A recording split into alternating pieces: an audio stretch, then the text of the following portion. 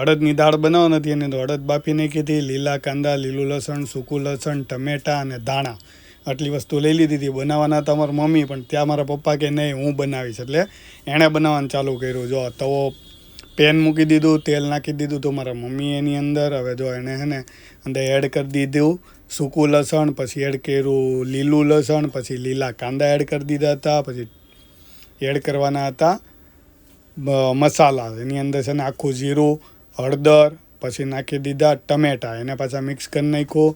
પછી અંદર એડ કર્યું મરચું પાવડર એડ કર્યા. પછી એડ કરવાનું હતું નમક ટેસ્ટ અનુસાર.